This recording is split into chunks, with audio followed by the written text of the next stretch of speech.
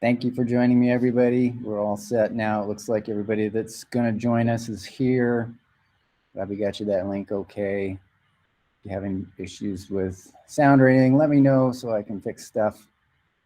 Welcome to Self-Grading Checks for Understanding. As an overview, we're looking at checks for understanding as a quick way to be able to understand what's happening in the classroom so that you can adjust instruction. This first slide has a link to an article if you want to see what some different checks for understanding look like. The bonus video below that is a modification of a check for understanding that we're going to use now as a way of demonstration and a way for me to understand better what's going on in the group. What I'd like you to do is to turn your cameras on for just a moment and show me on a list of 5 where you are with checks for understanding. 5, you use it all the time in your classroom. 1, you're not sure what CFU stands for. So show me where you are on a check for 5 scale. Awesome. So everybody has at least used a check for understanding before. A fist of 5 is just a quick way for students to show you what's going on. The video, which is worth watching, it's only a couple of minutes long, has a modification where students all put their fists on their chest so that the teacher can still see them, but none of the other students can see, and nobody feels embarrassed by being a 1 or a 5 or whatever. Nice. It's a little bit like modification for cold calling by giving kids a heads up ahead of time. I'm going to ask you to answer this question in a moment so that that adrenaline rush doesn't just fry their brain completely and they don't know what to say. Checks for understanding, though, are a very quick way to get additional information from the students so they know where they are and you know what kind of changes you might need to make, what teacher moves you'll need to get everybody back on track. All right, I'm not going to bother watching the video because it goes over pretty much the same kind of ideas of what a check for understanding is and why you should use it. If you would like some additional support on understanding CFUs, this is a great little 3-4 minute long video. Encourage you to watch it. Anything with Babbage in it is interesting to me just because, you know, he's like one of the guys that helped to create what became technology and computers for us. So it's got to be interesting. Quick reminder of the CRE connection. What we are focusing on is effectively and rapidly addressing areas of concern. And you do that by getting some information back from students. As an example, I'll share a little bit about my own career in the classroom. Way back in the day, we had a weekly assessment that we had to do. And it was really frustrating to me because it took time to do the tests, it took time to get them prepared, it took time to get them sent back to the district so they could check them out and print the new ones and get those sent out to us. And by the time the data got back to me, it wasn't really very helpful. It was a week behind where I needed to know what the kids were doing. And it wasn't until somebody just showed me what an exit ticket was. It was new for me. I mean, it's new for you at some point in your career, right? And I didn't know how to adjust this or anything, but what I decided to do, I'd had this one sheet of paper that had 6 little blocks, and it basically was just your name and tell me what you learned, one thing you learned today. And I printed those out, made copies, cut them up with the paper cutter. And that was my first foray at trying to get quick information back from students. I at least got some feedback during the day, each day. But what I'd like to know is how you are currently using checks for understanding. What are you doing in your classroom? And how's it work out? Let me know what strategies you have for checking for understanding in your classroom.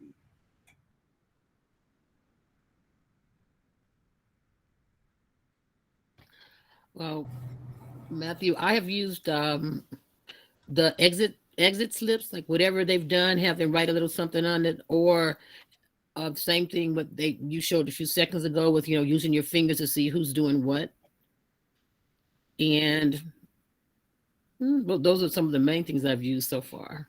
this at least this year because I'm working with the younger students this time. Thank you. Yeah, I'm pretty similar. I do like a thumbs up, thumbs sideways, thumbs down. Also kind of like close to the chest so that they don't feel too self-conscious. Exit tickets, especially with math. I'll do a lot of exit tickets with math. I'm not so great in other subjects in terms of exit tickets. So yeah. Thank you. Yeah, anybody doing whiteboarding where the kids write something up and hold it up? Yeah, I do that. That's another quick way to get information. I didn't know this at the time. In the earlier session, I got a real good tip that the teacher is using just Post-it notes, 3 different colors. And based on the kind of question the students have about their exit ticket, what they're going to be asking, is this a question they have, a concern they have, or a celebration that they have? They write it on the different color of sticky note, and they just put it on her closet door on their way out of the room. And the students only put their name on it if they want a direct feedback from the teacher about what it is that they're putting on it. I never thought of that before. Color coding your exit tickets, genius, right? And easy to do. Laura is putting hers in the chat. Absolutely no reason to speak if you're having issues with laryngitis, especially. Using Schoology assessments and for quiz Punnett square checks. I'm not sure what that is. Made them self-grading. Awesome. So that the students get feedback immediately. That's what we want. They get 2 attempts to go back and fix what's wrong. So you're limiting how many times, but giving them some option to go back. That's nice. Because it's not a summative assessment, it's formative. And Grace is a special ed teacher, also looking for fluency, feedback in stations, and other checks for understanding, giving feedback because there's so many opportunities. There's always opportunities to try to figure out what's going on inside kids' heads. So thank you for sharing those with us. On the priority implementation instrument, we're just highlighting practice 3, teachers monitoring student work, to adjust instruction that improves and deepens student engagement with content and academic language. That's where we're focused. At this point, you have an opportunity. You can, if you would like to, jump out and work on your own to develop some check for understandings if you want, or you can follow along with me. We're going to be looking at Google Forms real quickly and GimKit. So this is an opportunity for you to jump out if you want to do some independence. Do nows, thank you. Yeah, do nows are really nice because the kids are doing that as they're coming into the classroom. That is a very, it's a very proactive check for understanding at the beginning of the class. Okay, so stick around with me if you'd like, or if you want to work independently, you're welcome to do so using the slides below. And we're going to go ahead and start jumping in. I'm going to just do a quick overview of what's on these slides. So if you need to go back and want to get some more information, this first slide has a link to how to differentiate forms by branching. That means you have one required question per section that allows you to modify what path they're going through your assessment, your form, based on their responses. So that's a great resource there. The form itself contains responses. You can view them as summary or as individuals. And you also have an option to push that out to a spreadsheet. We'll show you that in just a moment. You can also make it a self-grading quiz. If you haven't seen that before, that's where we're going to jump into real quickly. On a grading quiz, you can set up an answer key. You can have multiple answers correct. You can choose what amounts, the number of points they get for it. And again, you can link it to a sheet. You can actually link multiple forms to the same spreadsheet if you want them to be a little more organized. It just creates a new tab along the bottom when you do that. And that would be linking to a sheet that's already existing instead of creating a new one. One pretty cool item in the Google Forms assessment settings is this locked mode. The locked mode locks it down so the form is only available to that one tab. It can't open up another tab and start Googling an answer. The one drawback to using a locked mode, though, is that you can't use that as an embedded form in a Schoology assessment, a Schoology assignment. You can actually embed a Google form in a Schoology assignment, but it doesn't work with locked mode because Schoology is a separate tab, so it can't block itself, if that makes sense. But you can choose what kind of responses the students are going to get, and I'll show you those in just a moment as well. If you push out your results from the form to a spreadsheet, you can take advantage of the conditional formatting, select a column, turn on conditional formatting, anything below a certain threshold. For example, here, anything below 80 is highlighted, so it's easier to see which students are going to need some additional support based on the numbers that you're seeing here. All right. I'll get back to this slide in just a second. Let me go ahead and jump over to Google Forms real quickly. And back here at the beginning, how many of you are actually using Google Forms already? Not very much, just a little bit. I do a fist of 5, but we already did that, so we'll just move along here. Laura is using Google Forms already. Awesome, thank you, Laura. Google Forms is my favorite Google app. I don't know why I tell people that I'm sort of a little nerdish, I guess, that I actually have a favorite Google app. But here we are in this is just a blank form. I created it from form.google.com and clicked on a blank one. And in this, I've got a palette over here of options. I can add additional questions. I can change the type of questions I've got. I can add titles and descriptions. I can add images. I can add videos. I can break it up into sections. Those images can also be added to the questions themselves and also to the answers, which is very helpful support for multilingual learners. Image supports is always helpful and also helpful for kids who are not yet reading, early learners. So you've got a lot of choices. You can also choose whether or not the question is required. You can also import questions from one form to another. If you want to reuse a pre-test as a post-test, you can do that. The questions at the top are the form itself. The responses is where you will see anybody who's filled out the form. This is where you would link it to a sheet or create a new sheet. You can also turn off the form if you're done with getting responses from the form. You can turn it off so it's no longer active. And in the setting, this is where, if you haven't created it as a quiz to start with, you can choose to make this form a quiz or not.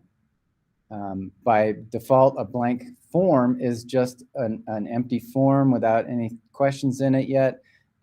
If you click on quiz, it just turns this quiz setting on for you ahead of time. Makes it easier that way. You can choose whether to give the kids their responses immediately after they submit them. You get an email of what questions, or you can turn on the option to review their questions first before you let them see what their responses are. That would be helpful if you wanted to provide them with some responses, for example. You want to give them some feedback. Here's our locked mode. In case you're using this, you want to limit kids to only being able to see the form and not any other tabs at the same time. You can turn that on or off. You can choose which kinds of questions go back to them. Do they see their missed questions? Do they see the correct answers? Do they see the point values? You can put in defaults for these different things. If you're going to send a response to the students, you'll need to collect their email addresses so it knows where to send them to. And you can choose to always have it sent to them or only if they're requesting it. You can choose whether or not they can edit the form after it's been submitted or not. You can turn on or off the restrict users to only DPS. If you're sending a form out to parents, for example, you need to turn off this restrict users to DPS because parents don't have DPS Google accounts. So I've done that before, where I've sent out a public form and nobody could fill it out because they weren't in DPS. You can choose whether or not they're only filling out the form once or if they're doing it multiple times.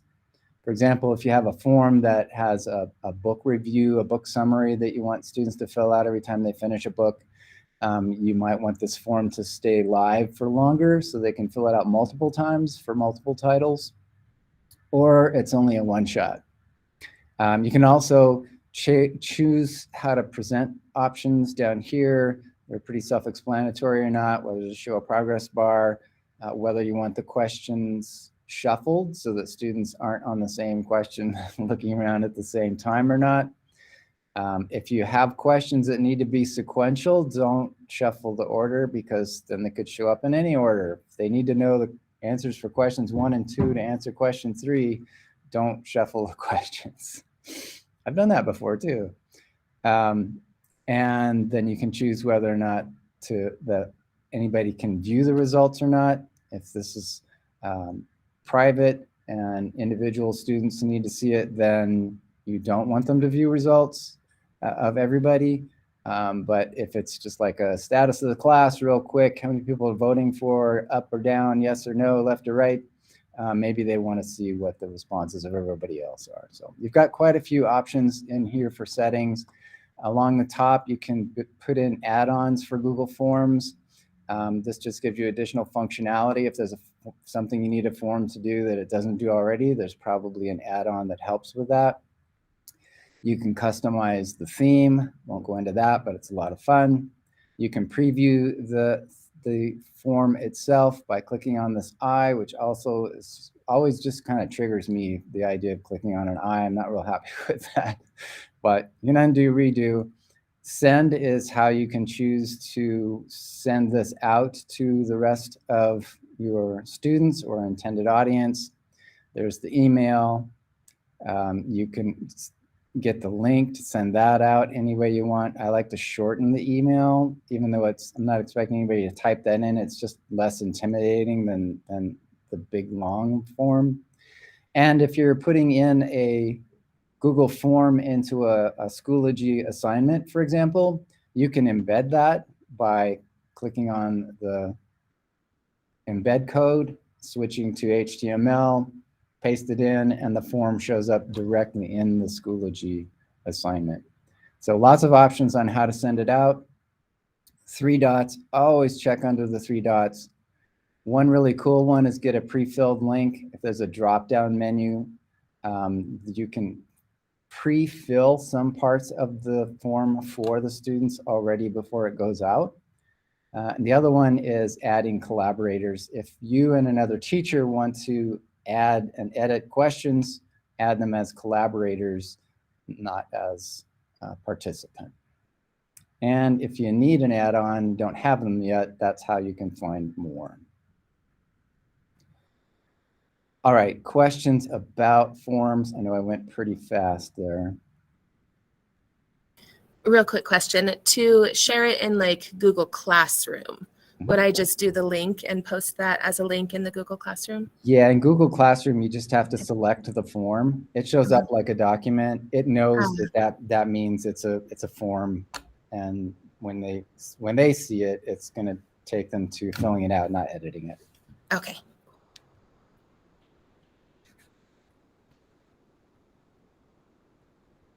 Cool. Well, there's a lot you can find out more about Google Forms if you want. Ask your digital coach or ask me. I'm very happy to help you walk through creating Google Forms. Great way to create quick formative assessments, exit tickets, all kinds of information you can gather from students. All right. One last piece before I go on to Gimkit is encouraging people to do some meta exercises, some meta assessments, if you will, helping students understand their own thinking, what kind of strategies they might have for studying for an upcoming test. The more you can get students to think about their own thinking, the more tools they have to start understanding their own thinking and to help move them towards becoming independent learners. So there are different resources on this page as well about how to do that and why to do that.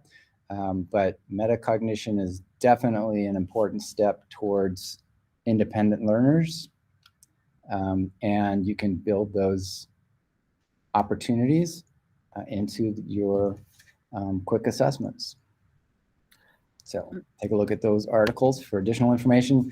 And let's go ahead and jump into Gimkit. How many of you are using Gimkit? Anybody? Matthew, before you go there real fast, Yes, is there a list somewhere of the metacognition test or evaluations? The closest I have is this slide. And we also have, let me grab that information. We have all of these links for each of the strategies on a separate resources document. I'll put that in the chat real quick for you so you can go through all of the strategies to see the resources for them. So this document has all of these links and resources for you to be able to go through it at your own pace and for your own needs. Thank you. And it's different grade levels? These are mostly going to be non-grade specific. They're like Edutopia articles and things like that.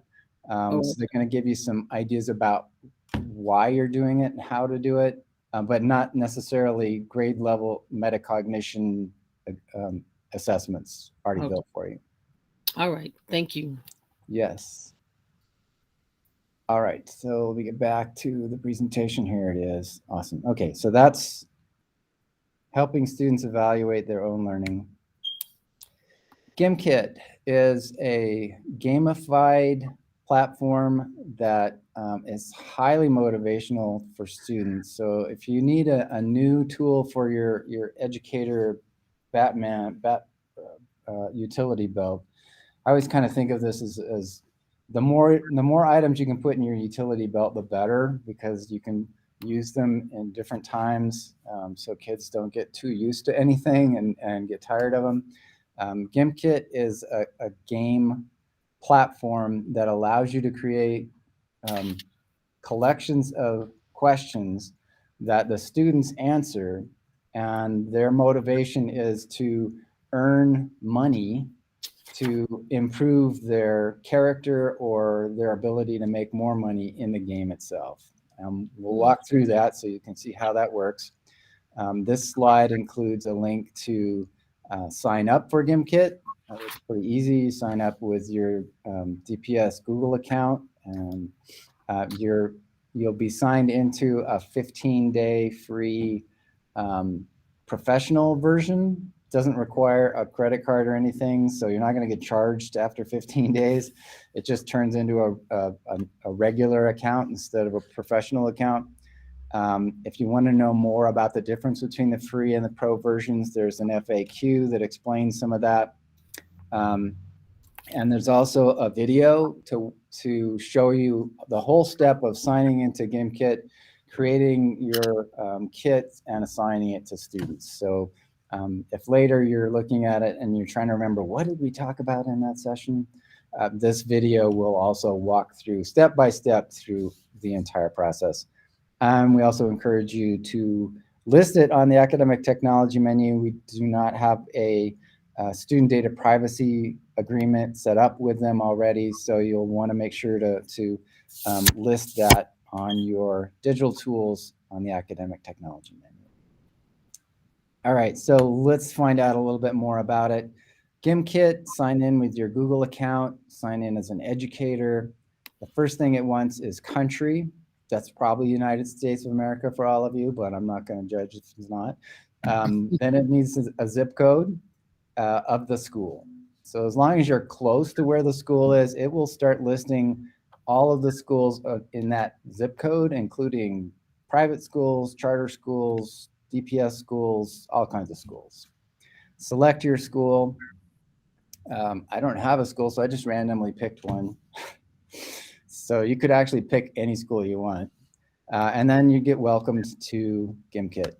By the way, Gimkit was created by a couple of high school kids initially because they wanted a more exciting experience in school. So they created it.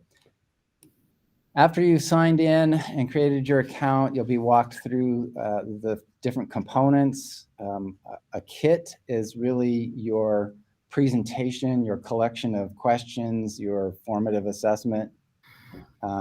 There are different formats, game styles that you can choose from. The free account only has the featured ones, which is usually 2 or 3 additional ones, and some that are the classic versions that are always there. You can create classes to have groups of students. I'll show you that in a little bit too. And then again, you're welcomed to being all set in Gimkit. A class is just a group of students. You can name it anything you want. I was trying to be funny by saying, "Go Broncos, let's," oh wait, we didn't do that. Well, last year, maybe next year.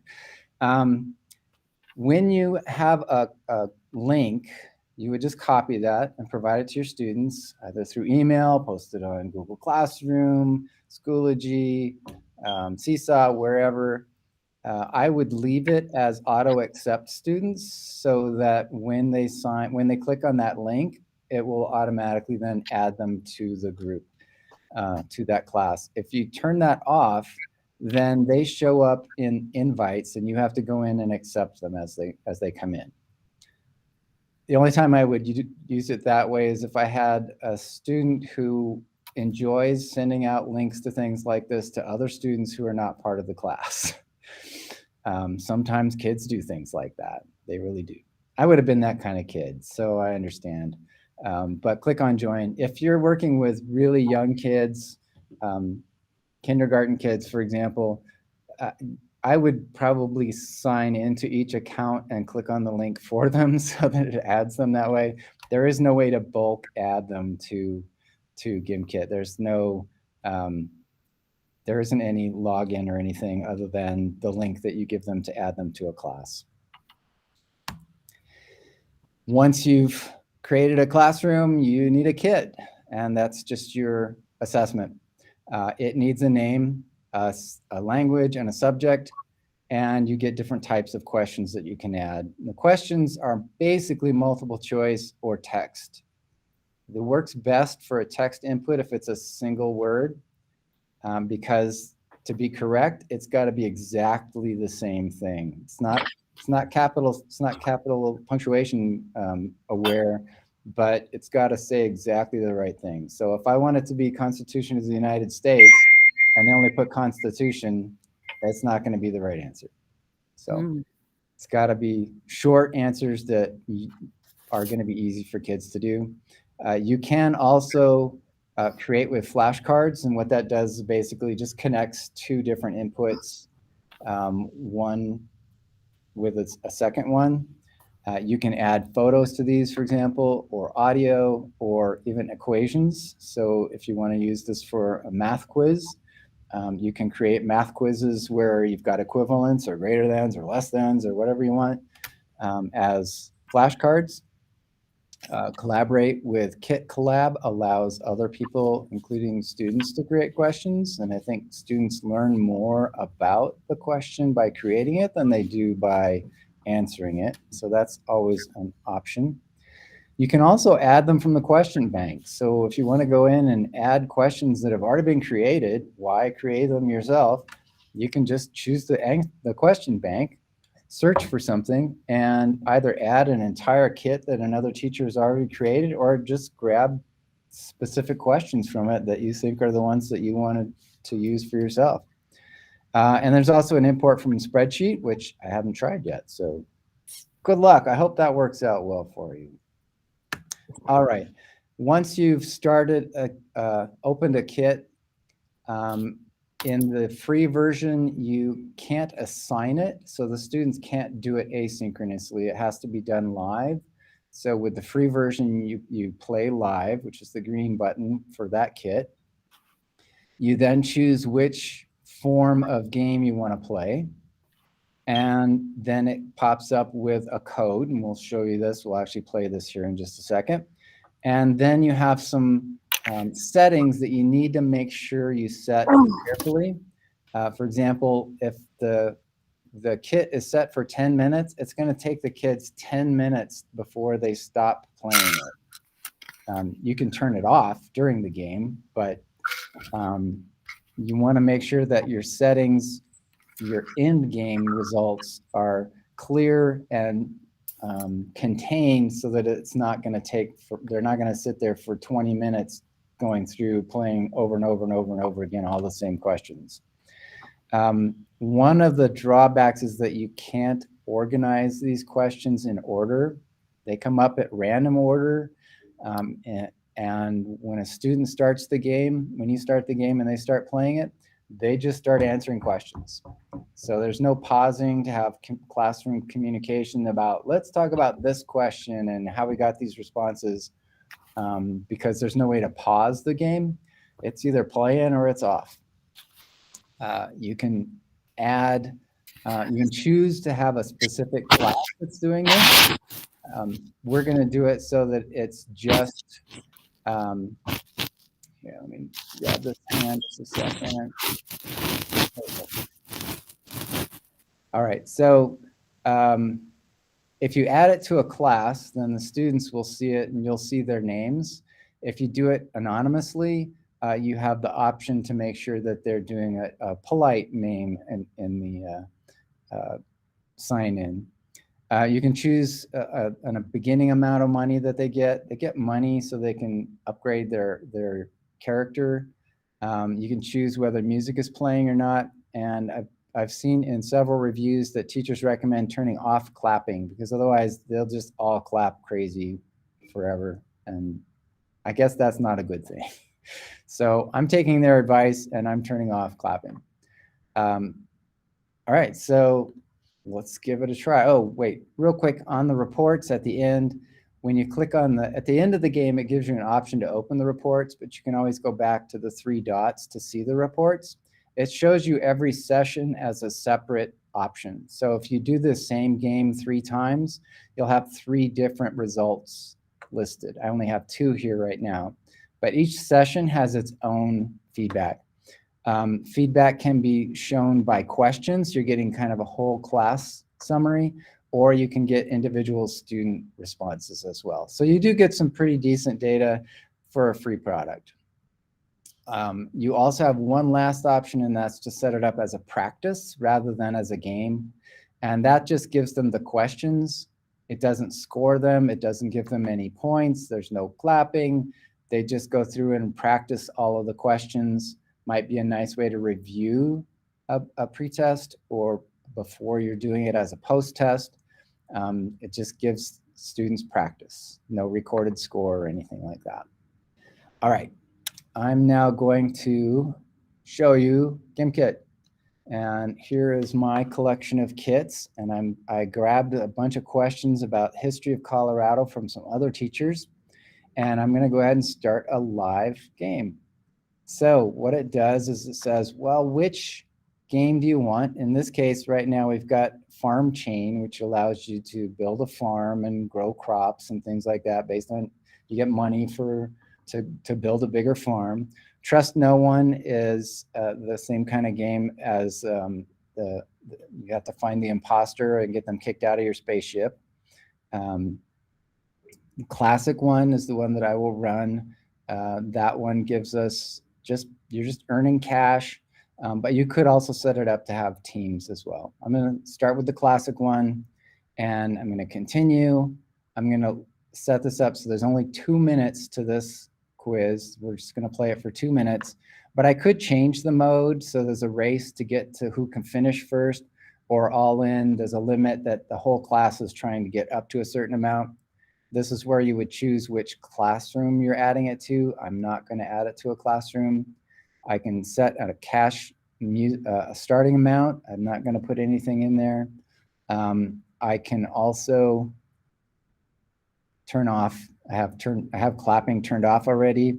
I can have clean power-ups only.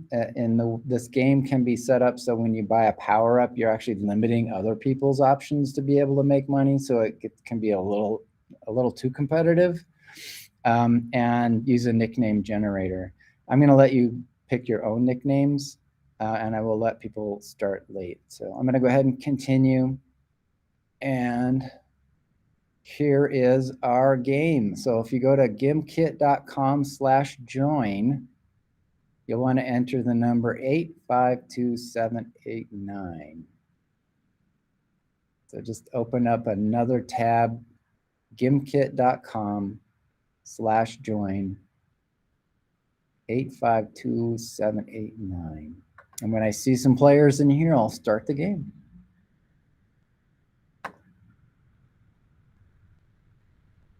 gimkit.com/join 852789. Oh, we got one player. Yep.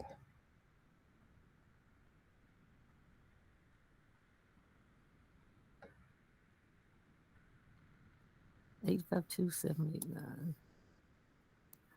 Yep, 852789. Deb's going to be joining us here. I did leave the option to join late. So if you've got kids that aren't very prompt in terms of getting in here, I'm going to go ahead and start it. And Laryngitis joined us. Thank you. And Bev started with the code. Oh, all right. Let's go. Start the game.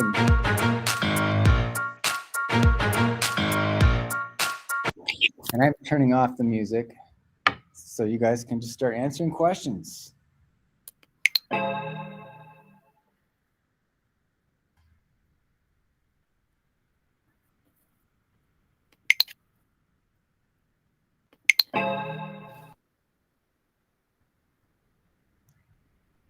As a teacher, I do have an option to turn off the game. I can also add additional time if I want the kids to have more time to it. All right, Laryngitis started with the lead. Kristen takes the lead. A little bit like Kahoot here, where it's keeping track of scores for us.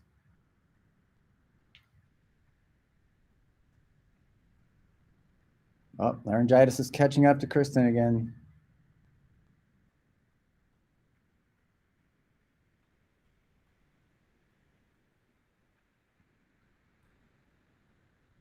You'll notice lots of different kinds of questions.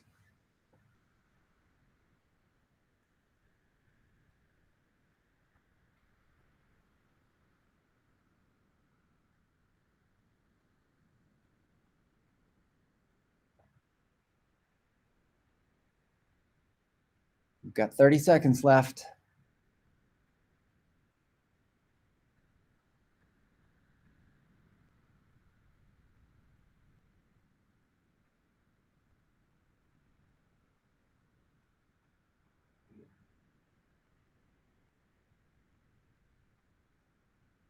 Ten seconds.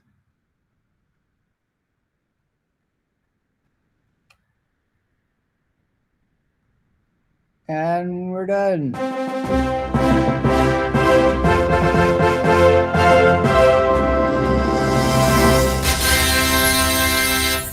Way to go, everybody. So if I set the timer for longer, those questions would just start repeating again and again and again. Just kids then would earn more money to deck out their character a little bit and earn more money. And so it's a highly motivational, but it's extrinsically motivational. It's not intrinsically motivational.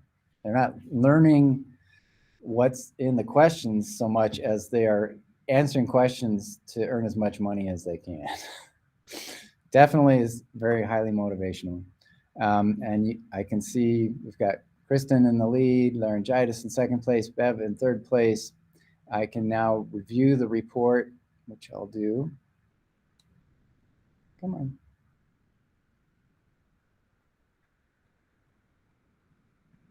Oh, wait, I'm on the wrong tab. There, I'm on the right tab. There we go. All right, so now I can see the breakdown of each question, which ones students struggled with, which ones they got right. So I have to go back and review our Colorado forts and talk about the name of a Ute tradition. We didn't do as well as we could there, but we really did well with hello and some of these other questions that we did. So I could also get the student overview and see them individually. So that's GimKit. Any questions?